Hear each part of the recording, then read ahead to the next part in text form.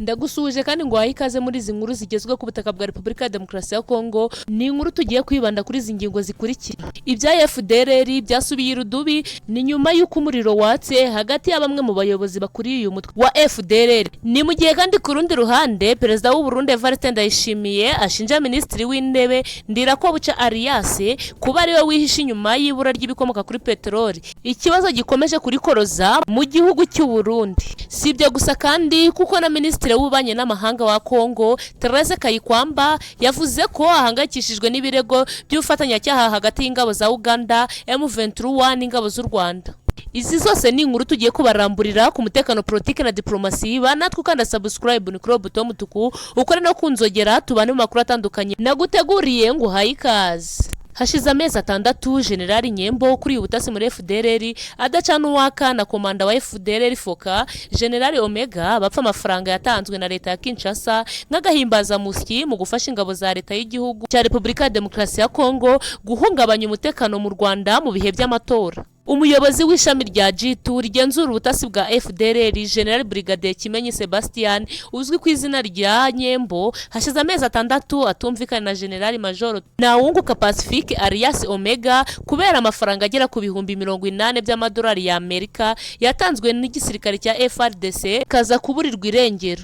Aya makuru yagiye hanze avuga ko igisirikare cya Congo cyatanze amafaranga anyuze kuri General Brigadier Ndayizeye ukuriye urwego rw'ubutasi ayashikiriza General Brigadier Kimenyi Nyembo, aho bivugwa ko baba barahuye ku itariki ya 12 Gicurasi umwaka wa 2024 bagahurira hitwa Ihusi Hotel. Waya mafaranga umutwe wa Fdrl wari wayatereta ya Kinshasa kugira ngo uzafashe uyu mutwe guhungabanya amatora yo mu Rwanda. Ariko icyaje kumenyekana nuko aya mafaranga General Brigadier Nyembo atayagejeje kuba bireba, ahubwo ngakihutira kuyavirisa ku makonti y'umuryango we uba mu Burayi. Bikaba byemejwe ko aya mafaranga yayoherereje umugore we. Nk'uko aya makuru yatanzwe n'abari bahari ngo ubwo General Brigadier Nyembo yahabwaga aya mafaranga hari Majoro Bizabishaka usanzwe ari umukozi wa Fdrl ushinzwe ubutasi mu mujyi wa Goma, ndetse na Guverineri Peter Chirimwami umwe mu basirikare begereje General Omega uvuga ko shefu wa Etat Major Foka yahamagaje General Brigadier Kimenyi Nyembo ngo aze amusobanurira irengero ry'ayo mafaranga, ariko birangira Nyembo ngahungiye Masisi mu bamayimayi. Igiswa ry'aya mafaranga ryatumye leta ya Kinshasa ifata ibyemezo bikarishye isaba ko benshi mu basaza bari muri Fdrl bakurwa bagasimburwa abasore. Ku ikubitiro bakaba basabye Lieutenant General Byiringiro Victor na Major Omega Nawunguka na Brigadier Kimenyi Nyembo na General Poete Amikwe n'abandi barengeje imyaka 60 ko bagomba kuvaho ndetse n'izina Fdrl rigahindurwa. Mu General Nawunguka Pacifique ngo ashinjwa kubakorana na leta y'u Rwanda bitewe nuko Kinshasa itigeze imushira amakenga, mu gihe General Kimenyi nawe ashinja ubujura n'ubusahuzi kandi ko afite gahunda yo kujya mu gisirikare bikekwa ko kiri gushingwa na Padiri Nahimana Thomas. Kinshasa ikaba yemeje ko uyu mupadiri ari umutekamutwe ushaka kwirira utwa rubanda. Ku rundi ruhande mu gihugu cy'u Burundi biravugwa ko hashize amezi 7 Perezida w'u Burundi na Minisitiri w'Intebe badacana uwaka, ndetse ko hari n'ibihamya byinshi byerekana ko niyo bahuye badashobora guhererekanya amaboko ngo baramukanye. Kugushwana kw'aba bombi bivuga ko kwikubitiro byatangiye ubwo Perezida Ndayishimiye yashakaga gukuraho umugaba mukuru w'ingaba General Prime Niyongaba kugira ngo amusimbuze umuyobozi w'ikigo cy'ubutasi. Ngo ikindi bikekwa ko bapfa ngo nuko Minisitiri w'Intebe Ndirakobuca yari amaze igihe asura abaturage mu rwego rwo gukemura bimwe mu bibazo bibabangamiye mu maso ya Ndayishimiye, bikaba bifata nko kwibonekeza mu maso y'abaturage no kubashakamo icyubahiro n'igikundiro, bityo agakeka ko yabashaka kuzamusimbura mu matora ateganyijwe mu mwaka w'ibihumbi 2027. Ngo ibyo byatumye Perezida Ndayishimiye atanga itegeko kuri Minisitiri w'Intebe ko atagomba kongera gusubira mu baturage. Waje kumenya iby'akabari nayo mpamvu cya Afrika y'Epfo Ndirakobuca ataragaragara mu ruhare w'abaturage muri Repubulika ya Demokarasi ya Congo. Ku rundi ruhande kandi w'abibumbye yagize ibikomere byamuhitanye byatewe na grenade yiturika hafi y'aho barara mu birindiro byabo muri Beni, aho ni mu burasirazuba bwa Repubulika ya Demokarasi ya Congo. Ibyo bikaba byabaye kuwa mbere tariki ya 8 Nyakanga umwaka wa 2024.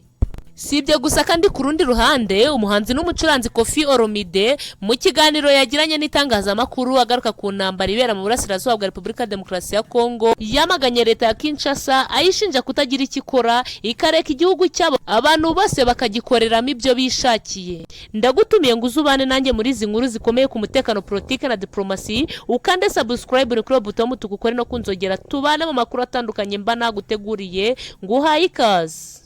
Ni nyuma yuko bigaragaye kabasirikare boherejwe mu burasirazuba bwa Repubulika ya Demokarasi ya Congo kurwana intambara ku ruhande rwa Fdrl bahanganye na M23 bamaze kubona ko iyo ntambara kuyitsinda bidashoboka, abataye urugamba bagakatirwa urwo gupfa, abandi noneho ku rwego bagezeho batangiye kwiyahura.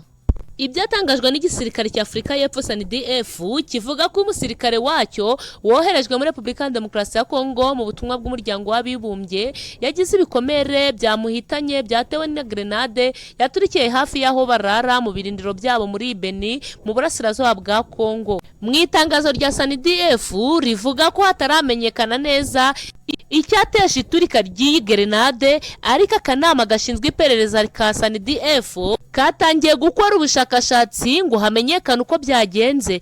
Ni mu gihe hari andi makuru avuga ko uyu musirikare yiyahuye nyuma y'uko abona ko bagiye kugwa mu gitero cya M23 bagapfurwa gashinyaguro.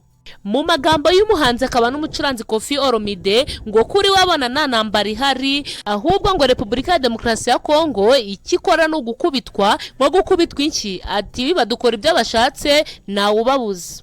Iki gihangage mu njyana ya rumba cyo muri Congo cyavuze ko icyo bita intambara cyitwa intambara y'impande zombi zihanganye zihererekanya umuriro, bitandukanye nuko Repubulika ya Demokarasi ya Congo ikubitwa gusa. Turakomereza no ku magambo ya Minisitiri w'Ububanyi n'Amahanga wa RDC Therese Kayikwamba wavuze ko hangayikishijwe n'ibirego by'ubufatanyacyaha hagati y'ingabo za Uganda na M23 n'ingabo z'u Rwanda. Yavuze ko iki kibazo kizagezwa hejuru mu butegetsi bwa Uganda basanzwe bafatanya mu kurwanya undi mutwe w'inyeshyamba ufitanye isano n'iyita leta ya Kisilamu wa ADF utera ibihugu byombi.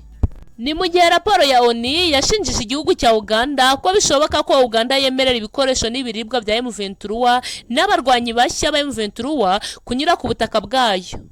Ariko umuvugizi w'ingabo za Uganda Dewo Akiki yabwiye ibiro ntaramakuru bya Reuters ko ibirego biri muri raporo ya ONU atari ukuri. Mu magambo ye yagize ati byaba ari ubusazi kuri twe guhungabanya umutekano w'agace nyirizina turimo kwitangira tutizigamye kugira ngo kagire umutekano.